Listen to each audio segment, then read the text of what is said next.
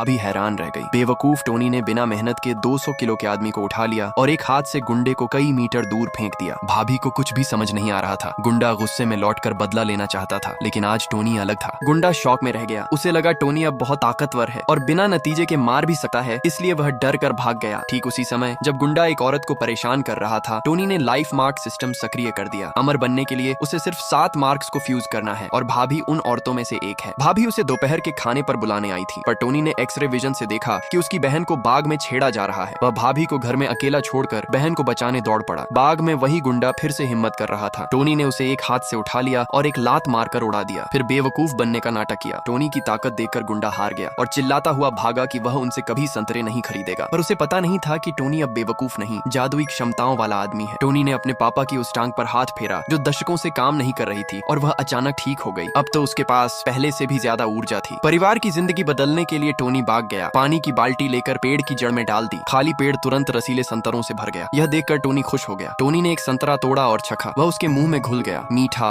हल्का खटा और आध्यात्मिक ऊर्जा से भरा, जो शरीर को मजबूत करती और उम्र बढ़ाती थी। इन संतरों से वे जरूर अमीर हो जाएंगे। टोनी ने हवा चिल्लाया, झोंका उठा और सारे संतरे गिर पड़े। हाथ हिलाते ही टोकरी अपने आप भर गई। सबसे पहले उसने भाभी के लिए संतरे उठाए, क्योंकि वह हमेशा उसके साथ अच्छी रही थी। भाभी ने समझा टोनी खाने आया है, पर वह सिर्फ मोटरसाइकिल उधार लेना चाहता था ताकि शहर में बेच सके। भाभी बहुत खुश हो गई और धन्यवाद कहती रही। टोनी शहर के सबसे बड़े फ्रूट सेंटर पहुंचा और बेचने वाली को एक संतरा चखाया। वह चीख पड़ी तो मालकिन आई। बेचने वाली ने अपनी बॉस को एक संतरा दिया। मालकिन ने चखा और पूरी फसल खरीदने को तैयार हो गई। टोनी ने $20 प्रति किलो और $100,000 एडवांस मांगा। बेचने वाली को लगा ये पागलपन है, लेकिन मालकिन को बहुत दिलचस्पी हुई। उसने बिना झिझक शर्त रखी कि टोनी सिर्फ उसी को बेचे और टोनी ने बिना किसी समस्या के मान लिया। मालकिन ने बेचने वाली को पैसे लाने भेजा और विनम्रता से हाथ मिलाया। उसी पल लाइफ मार्क फिर सक्रिय हुआ और मालकिन भी 7 मार्क्स में से एक थी। कॉन्ट्रैक्ट के बाद मालकिन टोनी के लिए मोबाइल लेने जा रही थी कि बाहर वही अमीर बेटा मिल गया जो उसका पीछा करता था। उसे दूर करने के लिए मालकिन ने टोनी को गले लगा लिया और उसे अपना बॉयफ्रेंड दिखाया। अमीर बेटा आग बबूला हो गया। उसने टोनी की बाह तोड़नी चाहिए, मगर टोनी नहीं डरा। उसने उसके सामने मालकिन को किस कर दिया। अमीर बेटा और भड़क गया और अपने आदमियों को टोनी के हाथ पैर तोड़ने का आदेश दे दिया, लेकिन अगले ही सेकंड वह डर के मारे भाग गया। घर लौटकर टोनी ने $100,000 मेज पर रखे तो पूरा परिवार शॉक में रह गया। उन्होंने सोचा भी नहीं था कि संतरे $20 प्रति किलो बिकेंगे, पर टोनी की योजना इससे भी बड़ी थी। वह गांव के सारे संतरे $5 प्रति किलो देकर खरीदेगा, गुंडे की कीमत से 10 गुना। अगले दिन उसने गांव के प्रवेश द्वार पर स्टॉल लगाया और सीधे गुंडे का सामना किया। गुंडा अभी भी 50 सेंट दे रहा था, लेकिन टोनी का रेट सुनते ही किसान संतरे वापस लेना चाहते थे और टोनी को बेचना चाहते थे। गुंडा गुस्से से भर गया और मजाक उड़ाते हुए बोला कि टोनी के पास ट्रक तक नहीं है, कि वह कुछ भी ढो नहीं पाएगा। उसने कहा कि अगर कोई ट्रक आ गया तो वह खुद घुटनों के बल बैठकर माफी मांगेगा। जैसे ही उसने यह कहा, एक बहुत बड़ा ट्रक गांव में घुस आया। दरवाजा खुला और फ्रूट सेंटर की बॉस मुस्कुराते हुए नीचे उतरी।